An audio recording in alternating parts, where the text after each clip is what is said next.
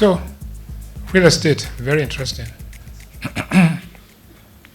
The normal hedge against inflation. And yesterday I was doing a count, and I saw about almost 16 or 18 cranes on Ahmadu Bello, Bishop Olúwọlé. Cranes mean that there's high rises coming up. And that's, if you look at that, and that axis alone had more high rises coming up than if you went to about 6 or 7 states of Nigeria. And that's just a part of VI. When you get to Bodilon and all the other places, it's kind of, so there's a boom, real estate boom. But real estate boom, when interest rates are that high, means that it's not funded by investor money, it's funded by other monies. Okay. So, and other monies can come and go for now. So we are seeing that, but again, replacement cost of properties are higher than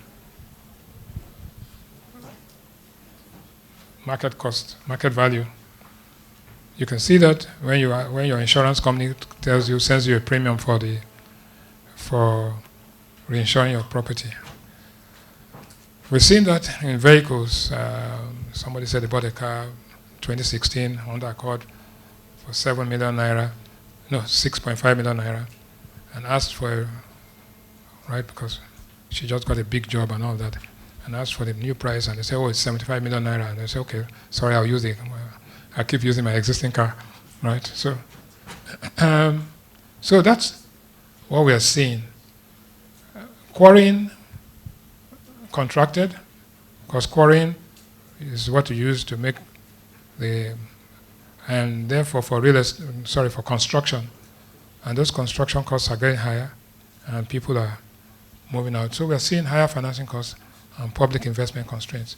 Air transportation has become so expensive that people are going by road. But people are going by road. The kidnap and ransom business, which has also declined somewhat because there's the guys who are paying for the ransom have no money to pay and asking you to keep the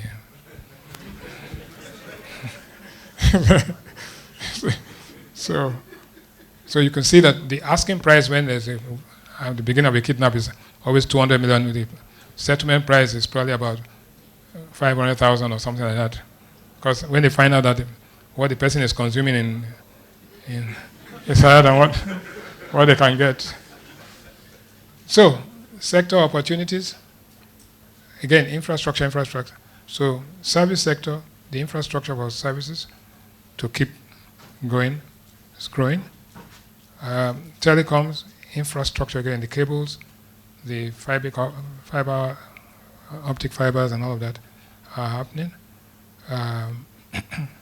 The base stations and the conversion from diesel to solar is happening there. Agriculture, storage to reduce post-harvest losses, and also the payment system within the agriculture area. Trade is a function of forex. Everything is forex. So we are seeing when the forex, and we think that the exchange rate will appreciate mildly, nothing significant. We got it wrong. We thought at this time of the year it should be about 1,200. We're so far away from that. Even the government has said we'll be happy to settle at 1,400. So we'll come back. So a 10% appreciation can take you to about 1,550 if you can. So this is just the investor opportunities, and everything depends on how.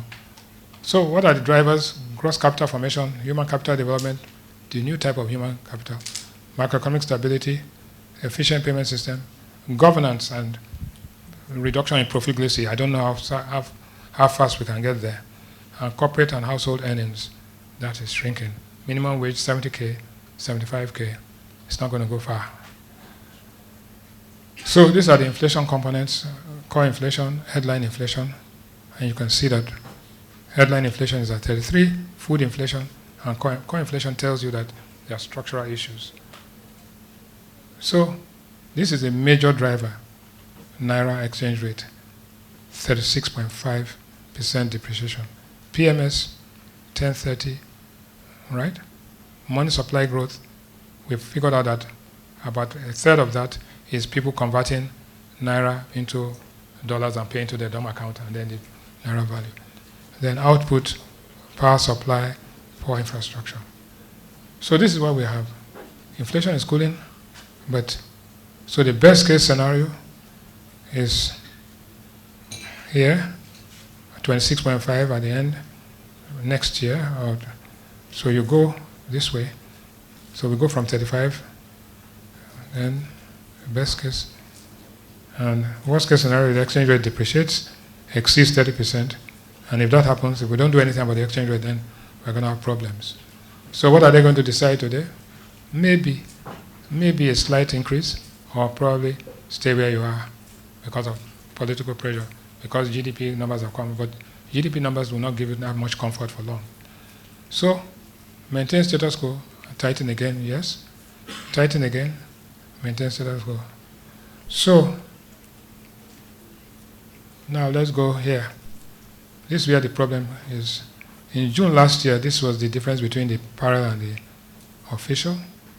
It tightened, and then, but that, it went all the way at one point to 1910. Now we have a 5% gap. Now, no, 2.1% gap. $2.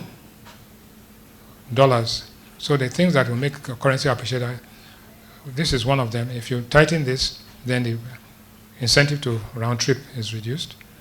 If you increase foreign exchange supply by selling more oil and borrowing money, so what are we seeing here? We're seeing them. There's been a $2 billion mandate to the banks, JP Morgan and Citibank, to raise money. But $2 billion won't move the needle, but it helps. We raised diaspora money, $900 million, but we had done an auction of $897.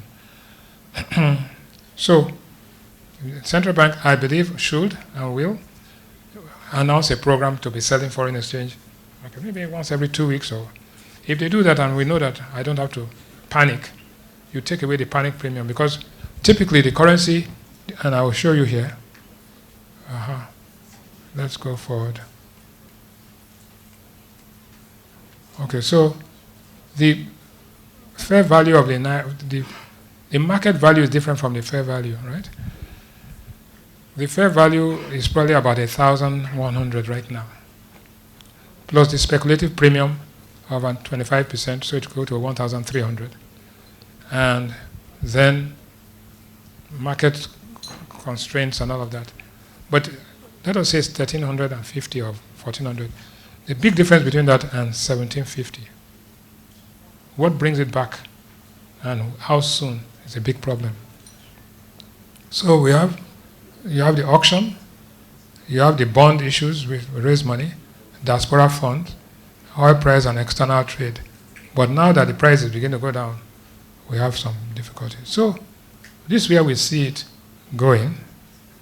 It will not appreciate past this level for the next, until February next year. So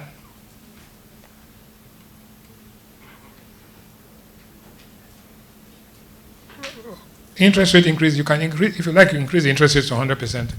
It's not going to, the man who is going to go short on the naira is going to go short on the naira. So, and because total deposits in the country is about 97 trillion in an economy that has 340 trillion naira, so your money supply is only about 33% of your total GDP, right? And it means that if all of us stop spending and take all our money and put, right, we still have a gap. So it's not going to, there's a limit to how much monetary policy can deal with inflation. So market transparency helps. So we have to do all of this, right?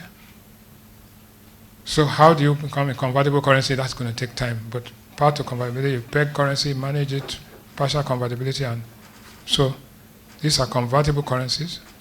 These are reserve currencies, actually. The reserve currency, So you have convertible and so on. So what's the position looking like? Exports are going down to $55 billion all the way. Imports have actually come down faster. Your trade balance has gone from $34 billion surplus to about $2.1 billion. External debt service is now eating up. It used to take $293 million a year in 2012. It's now $4.8 billion. So all that you are borrowing even now is to pay interest. So 95% of export earnings, now non-oil exports actually. So what do we see? And remittance inflows, so you have Burna Boy and all the other guys and all the footballers bringing $20 billion. But foreign direct investment flows are only 0.18. It's not enough. So we expect. So policy changes. We have to change a number of things. We have to deal with power. First and foremost, you will not get growth, sustainable growth, except you deal with your power supply problem. You cannot deal with the power supply problem without writing off those debts that the discos owe the banks. Right? If you do that, and then you get the metering system and all of that, then you begin to get some shocks. We don't know whether the next COVID is coming. We don't know whether, but if Russia-Ukraine settles, global supply chains settle, we might begin to see another boom. So cost of living crisis, social unrest, and investor confidence are major problems. There's a political risk problem in Nigeria, very high. So initial policy changes, petrol subsidy, exchange rate unification, partial removal, but if you don't follow policy with institutional reform, you will not get anywhere. So government revenue has increased, and the people are sweltering. So policy reform faces hurdles, development and welfare needs and all. So these are just things that you and I know.